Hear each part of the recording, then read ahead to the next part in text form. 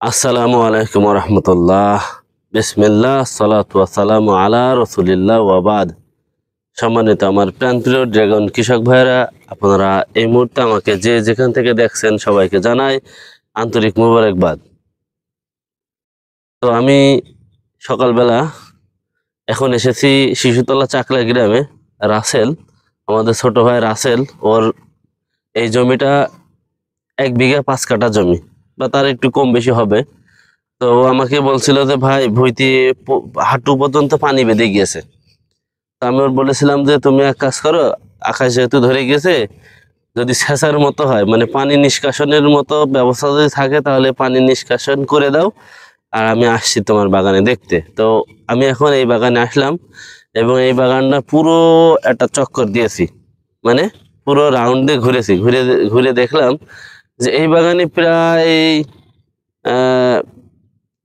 40% গাছ, মানে শতকরায় 40টা গাছের গুঁড়া পচে গাছেতে খসে পড়ে গিয়েছে, মানে মাংস, এই মাংস গুঁড়াতে পড়ে গিয়েছে। তো আমরা এই বাগানে আমরা এখন ট্রিটমেন্ট করব, এর পরিচর্যা শুরু করব।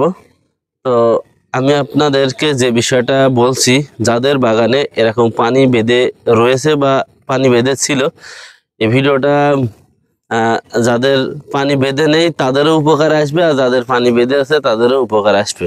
তো আমি বলবো আপনাদের যাদের ড্রাগনের বাগানের পানি বেঁধে থাকার কারণে বা সার কম বেশির কারণে গাছ যাদের গাছের গোড়া পচেছে, তাদেরকে বলবো যে যে জায়গা থেকে যে অংশটুক না পচে গিয়েছে সেই অংশটুক না হাত দিয়ে বা হাতে মোজা পরে কোনো কিছু দিয়ে এই জায়গাতে খসিয়ে দিবেন।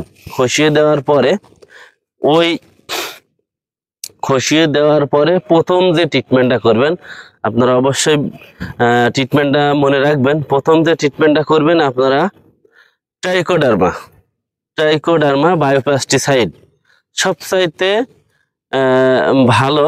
এটা হচ্ছে যে যে কোনো সবচাইতে ভালো বগুড়ার আরডিএর এইটা আমি বেশি, এটা খুব ভালো রেজাল্ট দেয়। তারপরেও যদি আপনারা বগুড়া আরডিএর ট্রাইকোডার্মাটা যদি না পান, তাহলে আপনারা সেক্ষেত্রে কি করবেন, আপনারা ভালো মানের কোম্পানির ট্রাইকোডার্মা আপনারা ইউজ করবেন। 16 লিটার ঢমে 150 গ্রাম করে প্রথম যে গাছটা আপনার আক্রান্ত হয়েছে বা মাংস খসে পড়েছে ওই গাছেও দিবেন, আর যে গাছটা ভালো আছে সেই গাছেও দেবেন। গাছের গুঁড়া ছাড়া এক বিদ্যক তবাতে, দেখতে পাচ্ছেন আমাদের এই ভইতে ঘাস রয়েছে, এক বিদ্যক তবাতে দেবেন। এক এক ঢমে 16 লিটার ঢমে 150 গ্রাম করে। এইটা স্প্রে করার 4 থেকে 7 দিন পরে আমরা যে কাজটা করব সেটা হচ্ছে যে আমরা ছত্রাকনাশক দিব। ছত্রাকনাশক কোনটা দিব, সেটা হচ্ছে যে কপার অক্সোক্লোরাইড গ্রুপ স্প্রে করব 16 লিটার ঢাবে 50 গ্রাম করে। আর যে গাছটা খসে গিয়েছে আমরা ওই কাঠটা দেখব, কাঠটা যদি শক্ত থাকে তাহলে আমরা ওই খসা পচা যে ডুগাগুলো, ওই ডুগাগুলো সরিয়ে আমরা ওই জায়গায় বিরাশে করে আপনার কপার অক্সিক্লোরাইড 100 গ্রাম হালকা একটু পানি দিয়ে লেই তৈরি করে নিয়ে বিরাশে করে ওই কাটে ক্ষত স্থানে আমরা ঘষে দেব। তাতে কি হবে, ওই ক্ষত স্থান, এটা আমরা পরীক্ষিত, আমি এটা আমার কিছু বাগান চাষি ভাইদেরকে ব্যবহার করে এটা পরীক্ষা করেছি। যে কাঠটা আপনার হচ্ছে 50% পচে গিয়েছে বা 50% ভালো আছে, ওই কাঠটাও আস্তে আস্তে রিকভারি হয়েছে, কিন্তু এটা সময় সাপেক্ষে। আর একটা কথা বলবো ভাই, আপনারা যারা ড্রাগন চাষ সহ অন্যান্য যে সমস্ত চাষ করেন, তো চাষ কাজে এসে আপনাকে অতি ব্যস্ততা দেখানো যাবে না, ধৈর্য এবং সহ্য থাকতে হবে, তাহলে চাষে উন্নতি হবে। এবং চাষ সম্পর্কে অবশ্যই জ্ঞান অর্জন করতে হবে, জ্ঞান অর্জন করার জন্য বিভিন্ন সময় বিভিন্ন কোম্পানি থেকে যদি কোনো মিটিং আটাঙের দাওয়াত দেয় আপনারা যাবেন, অবশ্যই যাবেন, গেলে ওখানে আপনাদের জ্ঞান বাড়বে। তো আমরা আপনাদের বাগানটা একটু ঘুরিয়ে দেখাবো ইনশাল্লাহ। ভাই এই যে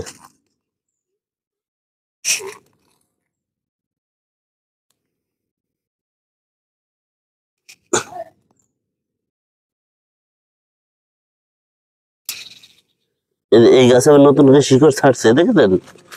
তার মানে ভালো আছে এখন ওর ডোগা, এই যে। কিন্তু এটা এটা কিন্তু পচে গেছে। তাহলে এটা আমরা কি করব? এটা আমরা এখান থেকে কাটবো, এখান থেকে কাটবো, কেটে ওই যে ধোড়া পাইপ আছে না, যেটা আছে যে আপনার স্যালো মেশিনের পানি দেয়, ওই ধোড়া পাইপের ভিতরে মাটি পুড়ে দিয়ে এর মধ্যে দিয়ে দেবো, ইনশাল্লাহ এখান থেকে শিকড় হয়ে যাবে। তো ড্রাগন গাছ খুবই শক্তিশালী গাছ। এই গাছ খুব মানে রোগ রোগ বালায় সহনশীল। দ্রুত ট্রিটমেন্ট করলে ভালো হয়ে যায় ইনশাল্লাহ। জি, আর আপনাদের এই আমি যে ট্রিটমেন্টের কথা বললাম, এই ট্রিটমেন্টের এই ওষুধপালা যদি আপনাদের এলাকায় না পান, তাহলে আমার নাম রুবেল, আমার দোকান Rubel enterprise, high school road, Kotchandpur, Jhenaidah. আপনারা আপনাদের এলাকায় যদি ওষুধ না পান, তাহলে স্ক্রিনে আমার নাম্বার দেওয়া থাকবে, আমার সাথে যোগাযোগ করবেন। আমি আপনাদের ওষুধ পাঠানোর জন্য চেষ্টা করবেন ইনশাল্লাহ, এবং আমি ওষুধ পাঠিয়ে থাকি কুরিয়ার মাধ্যমে। আর আপনাদের ফসলের যে কোনো সমস্যায়, যে কোনো ফসলের, আপনারা আমার সাথে পরামর্শের জন্য ফোন করতে পারেন। ইনশাল্লাহ সঠিক এবং সৎ পরামর্শ দেওয়ার চেষ্টা করব। আসসালামু আলাইকুম রহমতুল্লাহ।